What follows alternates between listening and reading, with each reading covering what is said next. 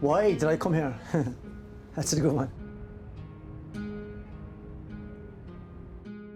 It wasn't my plan to come here. I'd been around to different countries in the world, but I hadn't seen my own country. I remember standing up in the street and thinking to myself, I don't know what it is, I have to be honest. There was just something about the air, it just felt good. I was like, I've been in Amsterdam for 8 years, and I knew more people here after 2 weeks.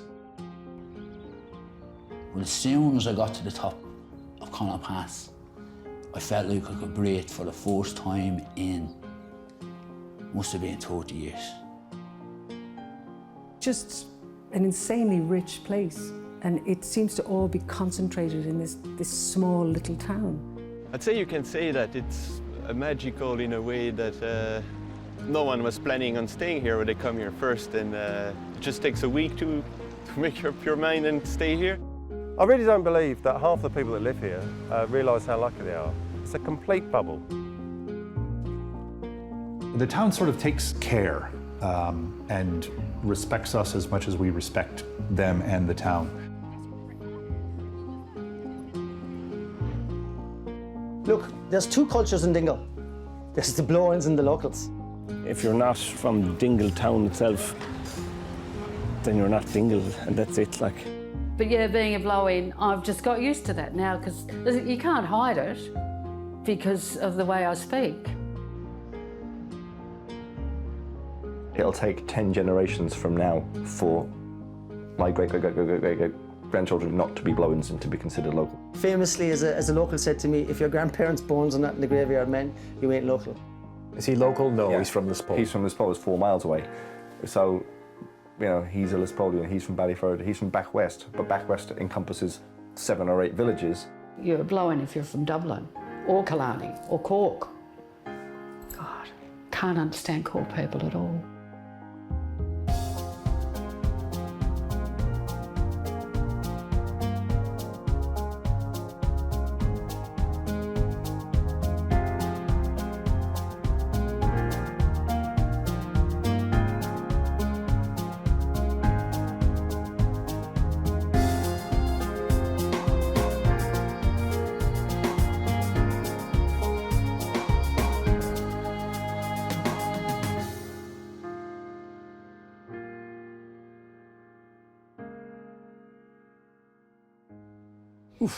Dingle. What do you want to know about Dingle? Dingle is a cosmopolitan fishing village in the west coast of Ireland.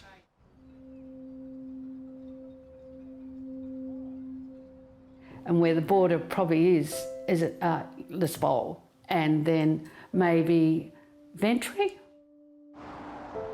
When you hit Blennerville, you know that it's just green thereafter. You're nearly home. It's not far to go. And the same when you come into Inch, you're like, right, we're so close.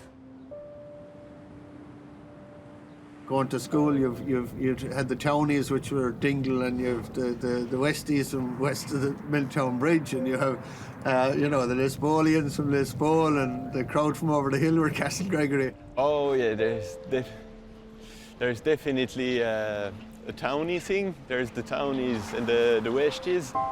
So the Westies would be people living back west, starting from Ventry probably.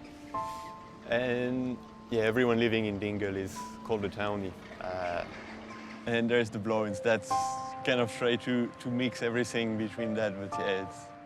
Dingle town is certainly Dingle town, and West Kerry is Gaeltacht. What I think a blow-in is, somebody who's not from Dingle, somebody who wasn't born here. I actually looked up a definition before we came to meet you today, and one of them said you must be at least 10 generations removed from the area. I think it will take about 4 generations to actually be classed as a local. The native who's been here for whatever 10 generations, you're just not one of them. I know someone that's in Dingle for 60 years and is still called a blow-in. I haven't lived in East Cork for almost 40 years, right? But I go back in one day and I'm more local than somebody who's been here since I left. You're always going to be a blowing. There's no doubt about that. I'll be dead and buried in the local grave and I'll be like, oh yeah, no, she was from Cork. I'll always be a blowing. Even if your kids are born here, you know, it's still, you'd wonder, are they still classed by some as blow-ins or are they native? But then there's also people who come in and marry a local or have children with a local, and are their children blow-ins? They probably are. If they're half blow-ins, can you be a half a blow-in? Half blow-in. Yeah.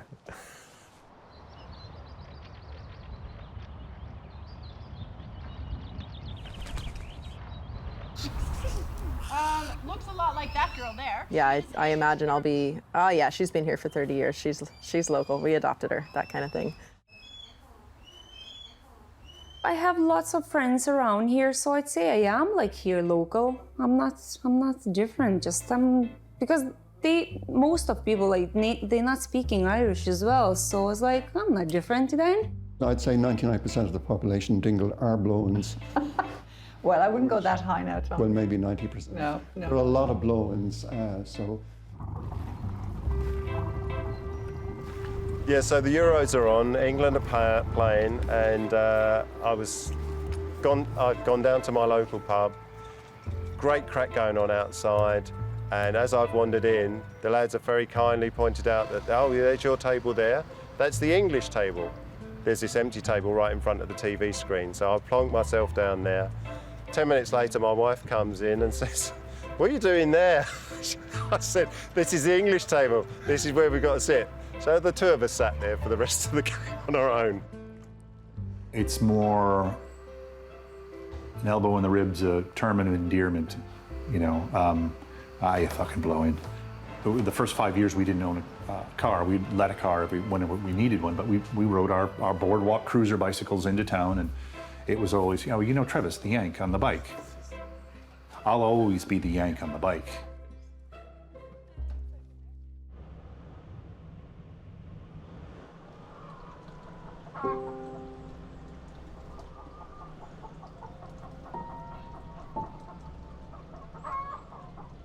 I suppose with a Dublin life, sometimes it can go wrong.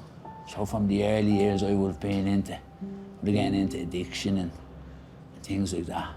Every now and again, when I look for some sort of guidance, I speak to my grandmother, my mother's mother. But she was the one that would always take me back in. She would be the one that was, you know, would always, well, look, he's still my grandson, so, you know, it doesn't matter how much he does, you know. And up until the day of our death, or the day or two before our death, I know for a fact that I was on my mind, and that I was on her mind, and that she was thinking about. And I was on a bench for a couple of weeks, drinking and drugging and things like that. And it got on top of me. It was getting on top of me. It was too much. I didn't want to be doing it. So I remember throwing my head up to heaven and just saying, please, Gran gives a dig out here, gives a hand. Never thought nothing of it. Went to bed, and the next morning I woke up with Dingle in my head. I got a bus to Tralee and walked to Dingle. Later on, when I was thinking about it, it reminded me of that film, The Mission. Do you know the film, The Mission? You know, where he kills his brother and he's walking through, I think it's the Amazon or whatever, with bags of armour and swords and all as his penance kind of. It was kind of like that. Reminded me of that. But as soon as I got to the top of County Pass, I felt like I could breathe for the first time in, must have been 30 years. And I just felt the weight being lifted off my shoulder. So I knew then and there that it was the place for me. Someone rang me to offer me a job in Inch Beach, which is on the Dingle Peninsula, and that's how I ended up here. Fell in love with the place, the landscapes, the quietness of the place in the winter. It wasn't my plan to come here. It wasn't my plan to come back to Ireland. And I woke up one morning in London and I said, that's it, I've had enough of London. And I thought, I haven't been to America, I'll go to America. I said, but you know, I've been around to different countries in the world, but I hadn't seen my own country. So I thought, okay, I'll go back to Ireland and I'll tour around Ireland. And then when I'm finished with Ireland, I'll fly to New York, walk out the airport and see what happens. I was touring around Ireland, I came to Dingle, and I remember the first day I came to Dingle, it was early in the morning, and I remember standing up in the street and thinking to myself, I don't know what it is, I have to be honest. There was just something about the air, it just felt good. So I had a guitar with me, so I sat down the street about 10 o'clock in the morning with my foot up in the chair, sat down and played a few songs to myself. And before I knew it, there was about 10 musicians sitting down with me playing music. And they literally played all day long, right? To a point where the police came, the guards came at 2 o'clock in the morning and told everybody to go home. To be honest with you, I still haven't been to America. It's 23, 24 years ago. I'm still here. I was nursing in Australia, and then I was travelling. I'd do nursing and then go travelling, and this was supposed to be my last trip.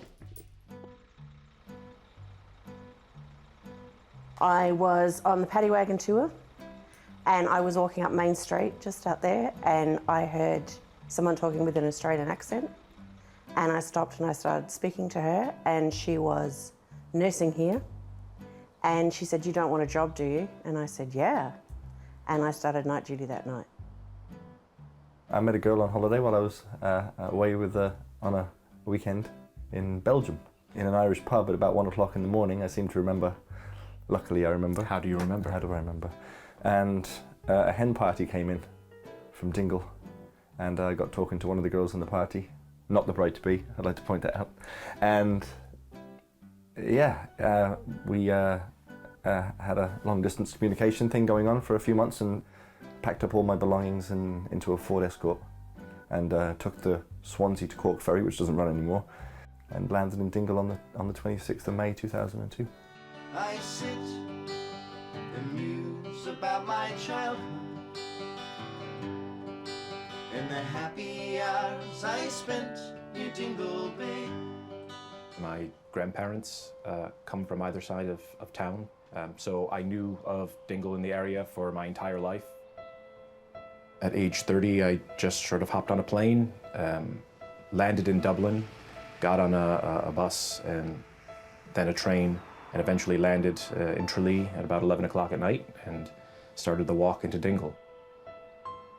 We ended up pulling in at Cummin Beach.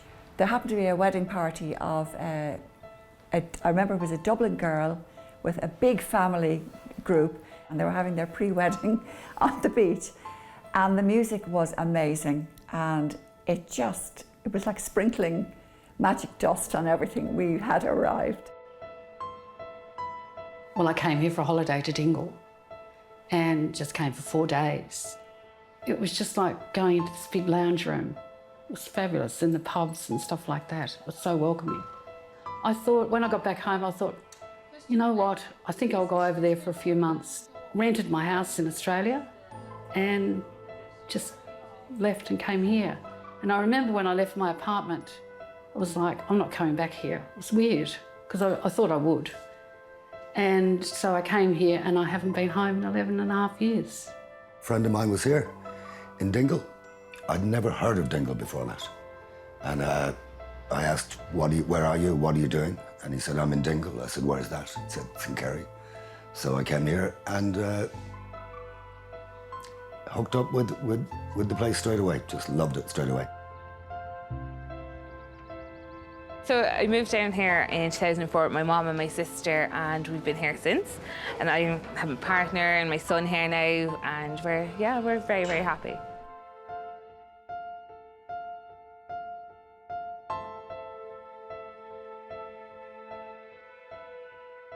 When I first came here for a little break from busking, that was 1990.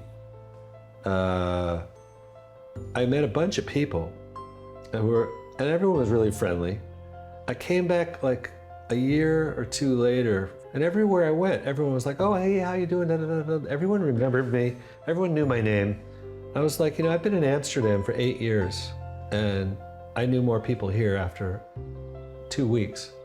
There is no magic recipe for being part of Dingle. I'd say just be yourself, be nice, and yeah, they will treat you as a local before you even realize. The golden rule in Ireland and in Dingle and in Kerry is if you're a nice person, you'll fit in, right? You know what I mean? And I think that's really important here. If you're a nice person, they don't care who you are, where you are, or what you are. As if you're nice, and that's it. It attracts every kind of a person. There's no doubt about that. What kind of a person stays? I think a person that gets it. Most of the countries are in Dingle, so it's very cosmopolite. People from Czech Republic, people from France, or just Spain or Brazil, you see, are all around here, and they all bring something special to the place. From geologists to archaeologists to musicians, right? I mean, everything, you name it, and Dingle has it. Without the people, it doesn't work.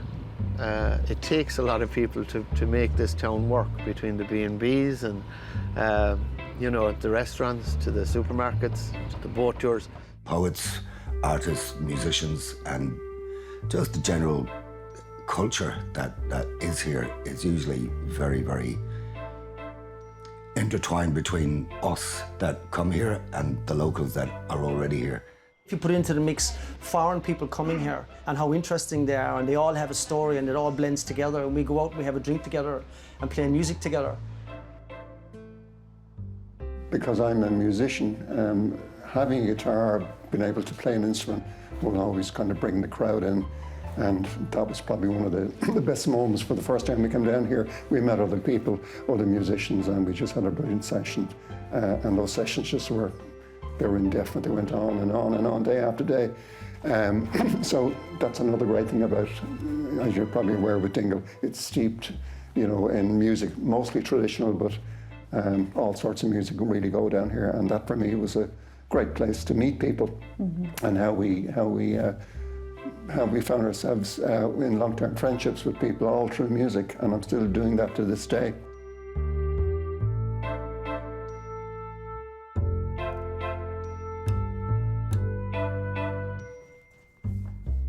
The sort of pub life and the music, that was fantastic. Completely, you'd have to search that out in England. When I first came here, there'd always be, they'd lock the doors, and I used to think, what's going on, And then the next thing, I walk outside and it's daylight, and I think, oh my God, it's 5:45, and the people's still in the bar, and I'm going, oh, when do you go home? You always come away laughing from the pub, there's never a bad word ever said there. There's people out on the streets in the Friday evening. It's completely different, everything. You feel Irish climate, like completely different. Music from the doors is magic. Every Sunday there'd be a great big roast lunch, and the whole families would come in, and there'd be music. And we got together and danced Kerry sets and to live music. I mean, some of the top musicians in the country would be sitting there in the corner of Dig Feg playing for us. I play in pubs sometimes. I do it for free, which is not much less than you get paid, but and I used to play concerts in the church 2 times a week. I did that for about 10 years when I moved here. And I know a few of the musicians that I played with around the planet a lot. If they come here, I'll always bring them here, and then we'll start. I might tell a couple of people that I'm coming to play. There's always a gathering then of 3 or 4 or 5 musicians that will join and just sit behind here and just have a great night. Just belt out a few songs, get a crack.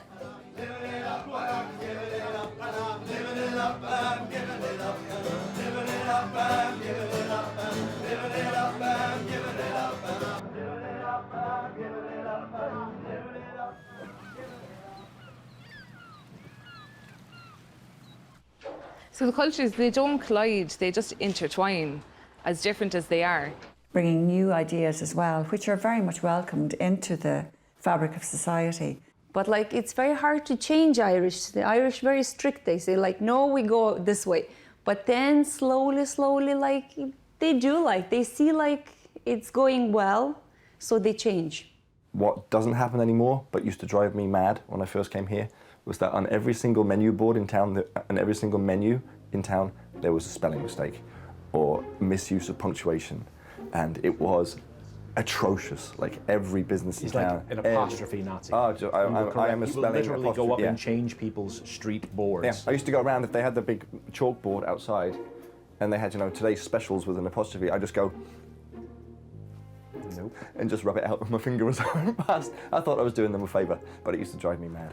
I just want to say this for the record. It's improved hugely over the years, and a lot of people, a lot more. Your ability to deal with it, or their ability to? I like to think I played some small part in correcting people, but yeah, I can be annoying like that myself.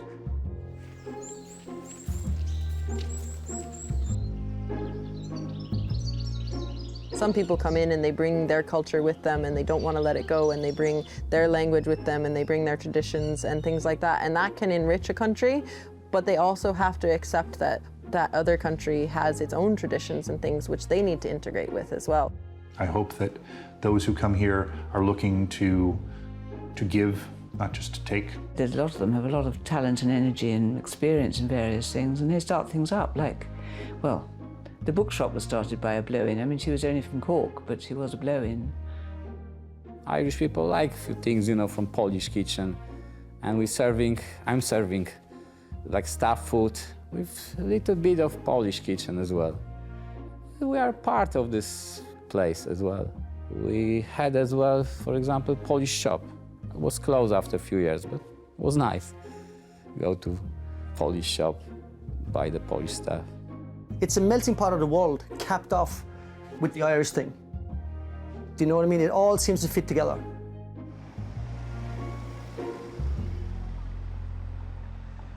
I used to live in town directly across the street from the supermarket, and it would take me 15 minutes, 20 minutes to get to the door, because everyone that you meet in the street you're having a chat with, and the pace of life is just a lot slower. Down the road can take hours because you met half of the town, and everyone is up for a little chat. Just people, everyone saying hello to you in the street, it's almost like you're obliged to say hello. And that doesn't happen in too many places around there. I had to go up to England to a funeral a couple of years ago, and a small town like Dingle in Cornwall is where I was. And I found myself saying hello to people in the street. Just, how are you? How's it going? And it was mad to come. People look at you like you've got two heads in many places when you're. But here it's different. It's a friendly place. I picked up the habit myself, and when I go back to the UK, I'm more open with people and say hi to them. But unfortunately over there, they look at you as though you're some sort of nutcase. Dingle is so much more than people see it to be on the surface. And the vast majority of what that is immensely good. You're walking down the street and you're not thinking about it, and then you look up and it's, oh yeah, I really am in one of the most beautiful places. The energy comes out of the ground in this place, I think. You know, there's so much energy getting pounded from the sea into the cliffs, and like that energy has to go somewhere in my book, so, you know, it oozes the energy, I suppose. My mom, she visits once, like she's a busy woman at home. She's dreaming to come again. Like after first time, she wrote like a poem like about Dingle, you know. So she missed Dingle, even like she was only once, and she felt in love. My wife is falling in love in this place. You can't believe we have in every one room in our house big pictures from Dingle, from Wine Strand, for example. This is a part of our life.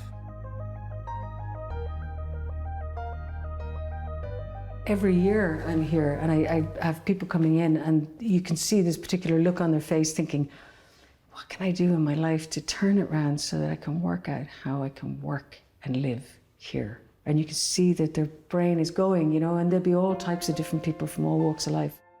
It's a type of place that attracts people who have a kind of pie in the sky, romantic vision of the kind of life they want to live, and even more importantly, the kind of place that they're trying to get out of. You know, you move here and then you find out it's like anywhere else. It's real life, and you know, some people are, you know, are really cool, and some people are less cool, and you're gonna have problems, you know. They come here with rose-colored glasses, and then they find out, you know, there's other sides to it that they hadn't banked on. And my rocking chair is literally deconstructing while I'm sitting in it. A lot of people want to come here and think, oh, I'd love to live in Dingle. It's never as easy as it looks, and it does take time to get used to the place. I think the thing is you have to stay for the winter and see it at its most difficult in order to really live here.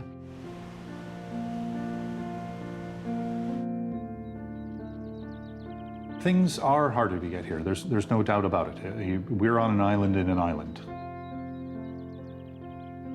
You think back to perhaps the peninsula's most famous ever resident, well, behind Fungi. Tom Crean died because his appendix burst because he wouldn't get to the hospital fast enough. And yes, it was a different time, but Anascal to Tralee is not that far.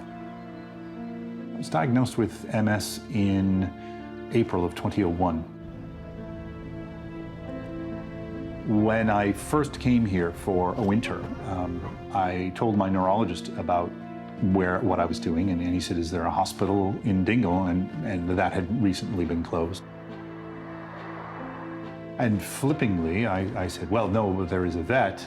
And he said, well, he'd have the needles and catheters, and he'd have methylprednisone. So he actually wrote an introduction to the local vet, to whom it may concern, describing my condition, describing what meds I would need if I had an acute attack. As he was writing the letter, he says, Jesus, Travis, this is just very all creatures gate and small, isn't it?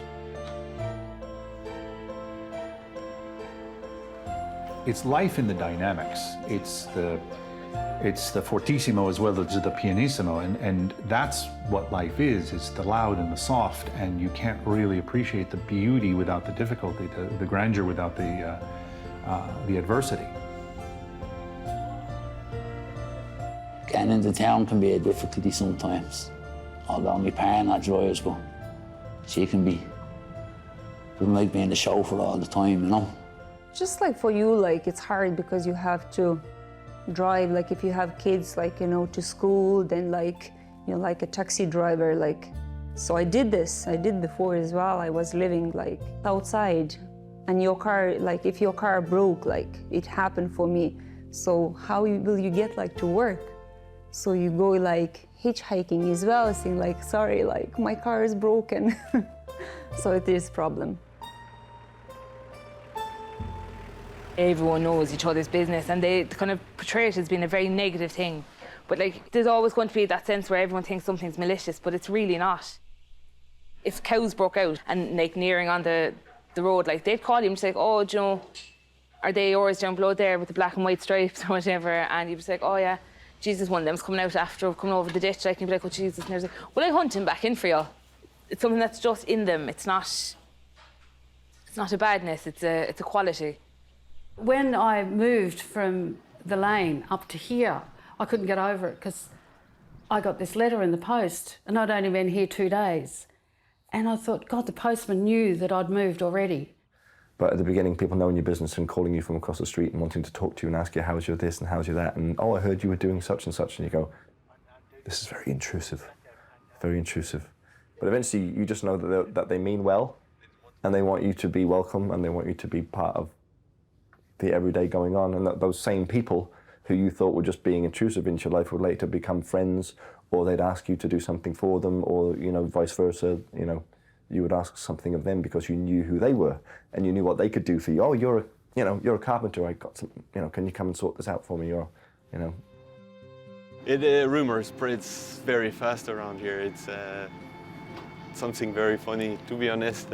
I've experienced it a few times, and It travels very fast, rumors around, okay. It's almost every week you have a new rumor about a place in town, which 90% of the time happens to be wrong. In the early days, people used to find it fascinating that I moved halfway around the world to this little town in Dingle in Ireland, and I just thought I wanted to live somewhere else. And they're like, yeah, but it's a long way away. And I said, yeah, but it's beautiful here. You know, the people are lovely. Yeah, but there must be something else. And anyway, after nights and nights and nights of people asking me over a certain couple of periods of time, I just said to them, I'm on witness protection. And he was like, oh, okay, sorry about that. And then that was that. So that was a conversation stopper. Am I on witness protection? No. You can Google that.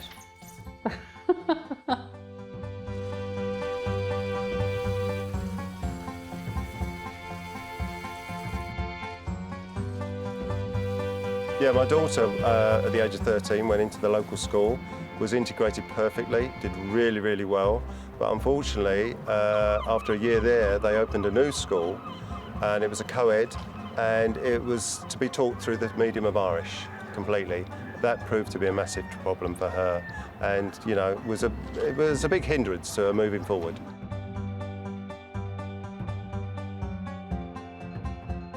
There was a bus that went from Dingle to Castle Gregory that you could send your kids, but the places were limited, really limited, and that you had to drop your kids off at the crack of dawn in town so they could get over the hill in time to get to school for the start of the day. And you know, you had to be, you know, it would be a really long day for them with the travel both ways unless you wanted, you know, or you could take them yourself. It was something that upset me going back, realising that my kids were going to go to an Irish-speaking school and that I wasn't going to be able to help them in their education as much as I would have done, for example, if we were living in the UK and they were growing up in an English-speaking school. But it's not something that's insurmountable. It just makes life a little bit more difficult.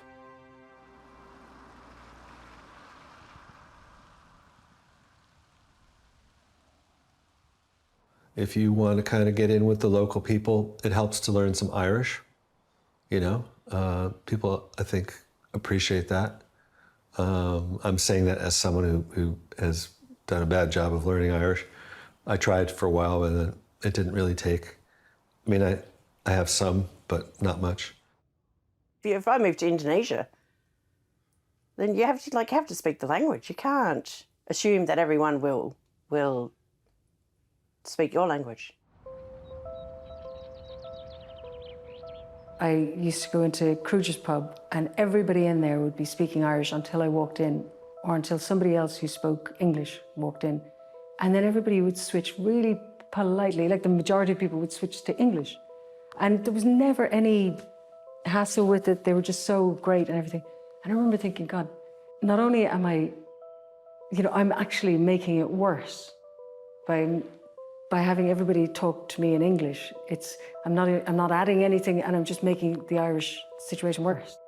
Like, you know, in Scotland, for example, there's so few places left that speak Scots Gaelic. It is very nearly dead, and I, as a history enthusiast and a person with a history degree, I think that's a travesty. So I am trying to learn Irish, and like if I have kids or settle with an Irish guy, they'll be speaking Irish. Like even if I can't understand a word they're saying, they will speak Irish. Ag béal an chuin há háiseach na hachana, Korean corp neva in the áhis. I started when I first came, when those classes were just beginning. So I've attended a few of those and done classes and conversation groups and things like that all the time since I've been here. It's a beautiful sounding language. It's impressive to hear, and it just sort of rolls. And you know, you can just sort of just sit and listen to that. Sounds a bit like Scandinavian and German or Slavic spoken with a smile. There's something harsh about it, but there's something beautiful about it as well. Like my son, he's 7 now, so he's kind of grown up around here. You know, he's got that really old Irish way of doing it. I think he gets it from his grandfather and his uncle and his dad. You know, they have the real old Irish. So he'd turn around and would say, "Joe, gum le scale, cad gum joch, toss baller." So like, Joe, can I have a drink? I'm dying of the thirst.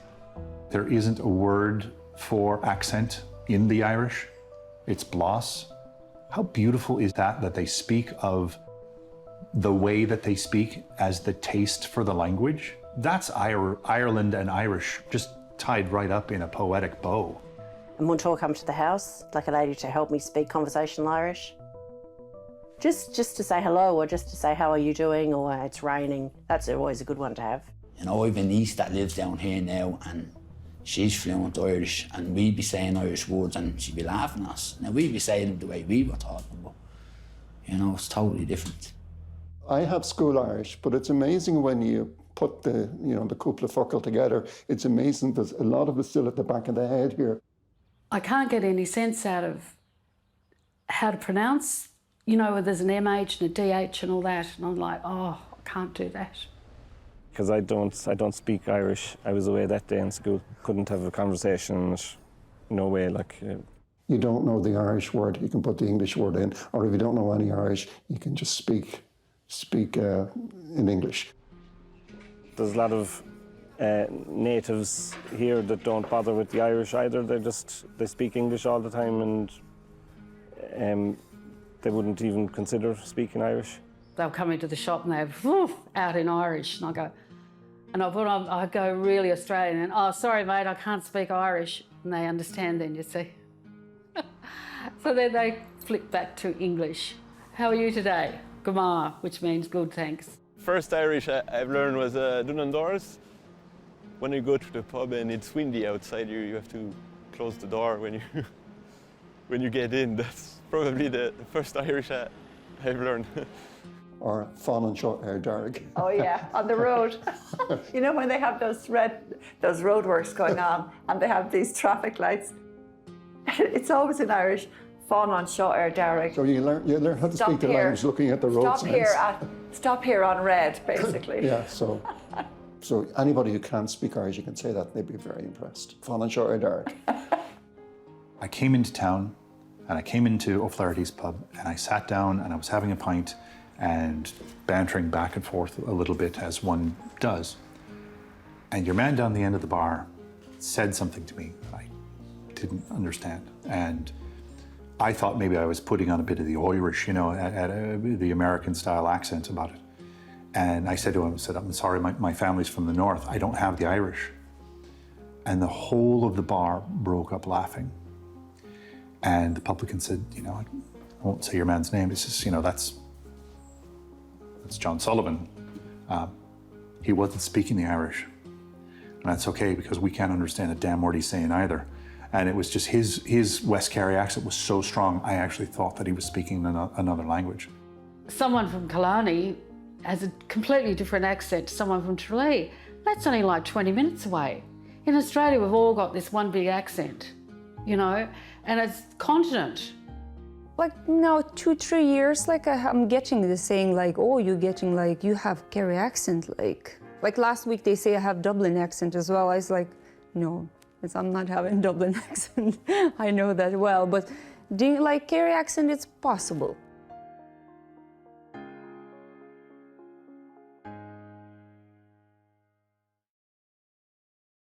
Fungi, let me tell you, Fungi's been my best friend for 23 years.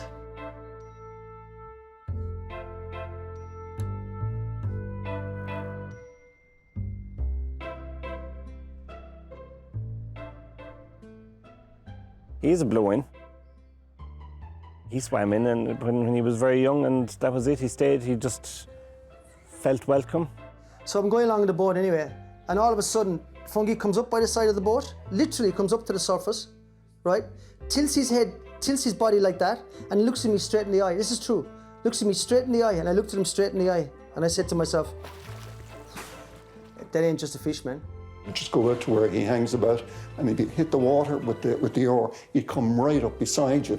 You just want to make sure he didn't jump into the boat, but you could put I had a place where, you know, you could rub him, and then he'd go off and do his tricks.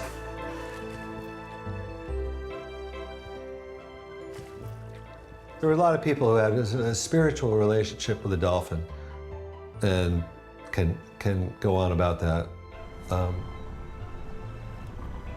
Fungi and I had just a normal relationship.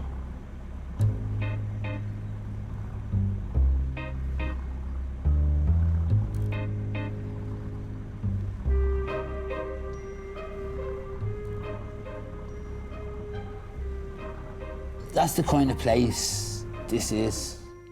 Do you know what I mean? Like I don't know anywhere else in the world where the dolphin's going to hang around. You know, and the things that the dolphin did for the community. You know, the fishing industry was on its knees, and you know, things were going down, and the dolphin hung around and kind of brought it back to life.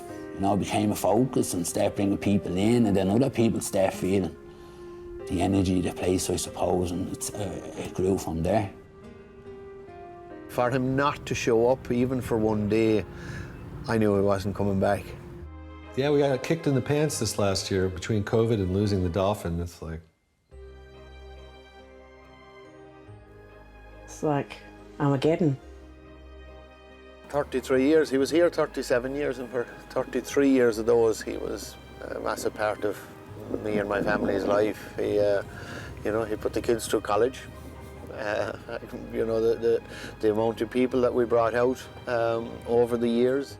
It might seem a bit flip and romantic to talk about how much influence Fungi had and will have, but I think that is sort of the entry point to Dingle for many, many young Irish children.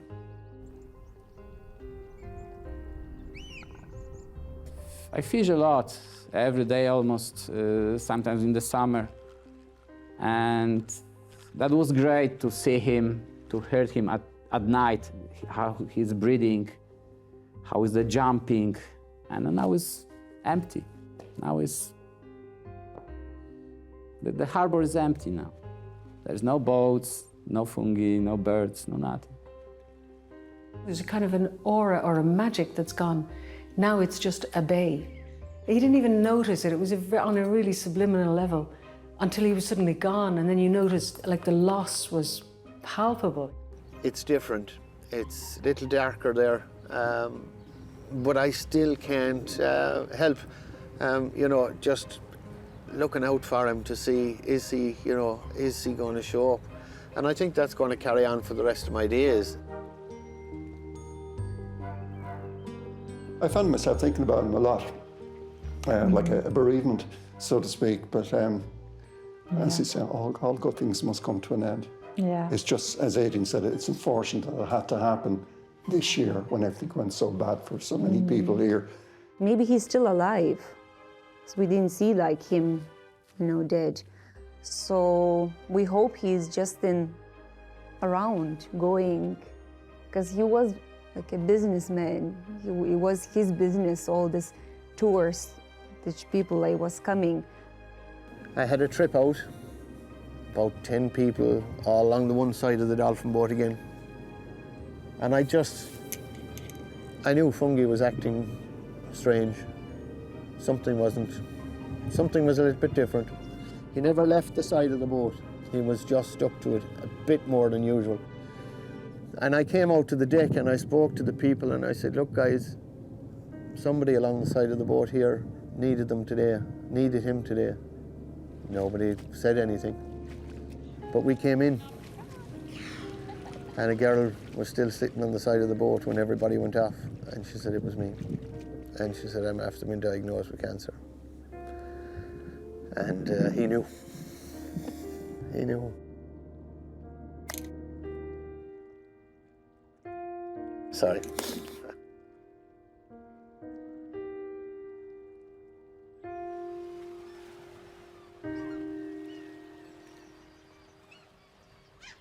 Where do I see Dingle going? Well, I don't think it's going anywhere. You know, there's an awful lot of consultants making an awful lot of money telling an awful lot of people exactly what that's going to look like. And as with most consultants, they're probably 80% wrong. Yeah, this Dingle is every year bigger. And I see is much more people coming for holidays every year. It has changed. You see like new roads, Like, you know, as I said, new people as well, new places opening. Well, like when I moved here, you couldn't even buy a sandwich very easily. There was hardly any restaurants. There was Doyle's, there was the Half Door. There was, if you went into a cafe and asked for coffee, you got instant coffee. And I used to ask, I'd say, you know, do you have any real coffee? And they go like, what the hell are you talking about? I mean, there was, that Nescafe was coffee. If you told me 5 years ago that people, you know, would be queuing up outside a coffee shop in Dingle, I'd have said, you're out of your mind, they're out of might here.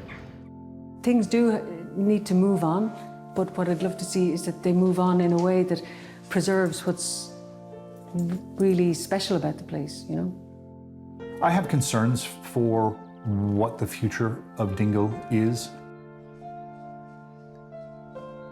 There's a lot of housing projects being built, so there's going to be more people here. And obviously, you know, suddenly there's a booming housing market. I mean, there's no houses for sale, but there's a boom in people who want to buy in here. Yeah, to buy or rent now has become a major issue.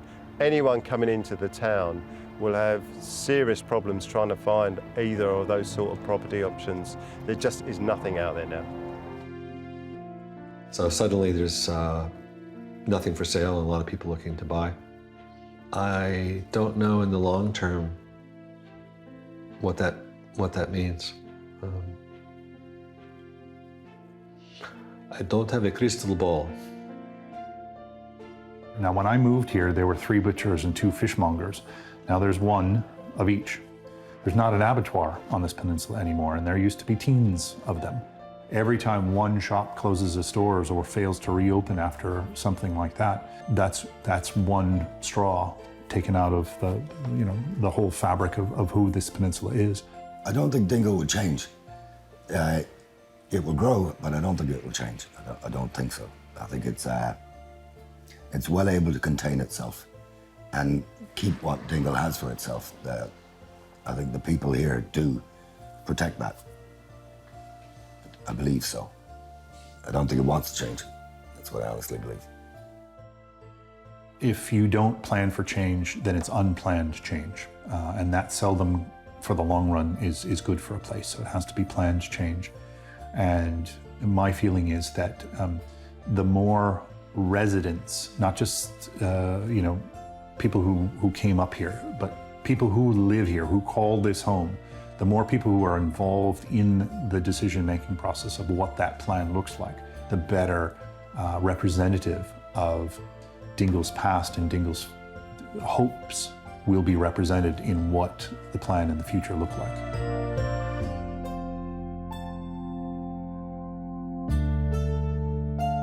I have a beautiful place that I've dreamed about all my life, but never thought I'd have it, you know. I have a partner, we're getting married this next year. She came down for a weekend to visit her brother one weekend. 4 years later now we're getting married, so things work out for me down here. Even if I don't do this for the rest of my life, I do want to stay around Dingle. I really love it here. I've been actually looking at houses and dreaming about one day. It's hard to save up money and it's hard to afford anything here. I'd say for now, no plans to move it from here, because I just stick with Dingle. When we first moved here, and I remember coming in from the shops, I think it was one January or February morning, and said to Karen, "Don't you just love this town?" And she said, "I like it," which pulled me up short because I had to remember this was my dream and she was facilitating it. I said, "Let's move to Dingle for 5 to 7 years." And she said, "I'll move there for 3 to 5 years." I said, "That's what I meant, 3 to 5 years." And we don't remember the reason, don't remember even the exact day, but she walked in the door and she dropped the bags of shopping and she said, "I love this town. Dingle's like a driving damp. If you let it in, it will get in and it will change you." This is our future, I really. think, yeah. I don't see, I mean, All going well. I don't know what I'm doing. I'm conflicted. I mean, I've been here a long time, and I kind of feel like time's running out, and I'd like to do some other things. And I don't want to live in a gigantic house anymore, and in the rain and the wind. I don't know. Like, I hate to sound like one of these people who's like trying to move to Florida when they get old, but there's something to be said for being warm and not getting arthritis, and you know, I find the weather here hard to take for a lot of the year. I'm an old fella. I'm suddenly an old fella. Yeah, I'm suddenly starting to feel it, and so yeah, put me somewhere warm with some good tacos or something.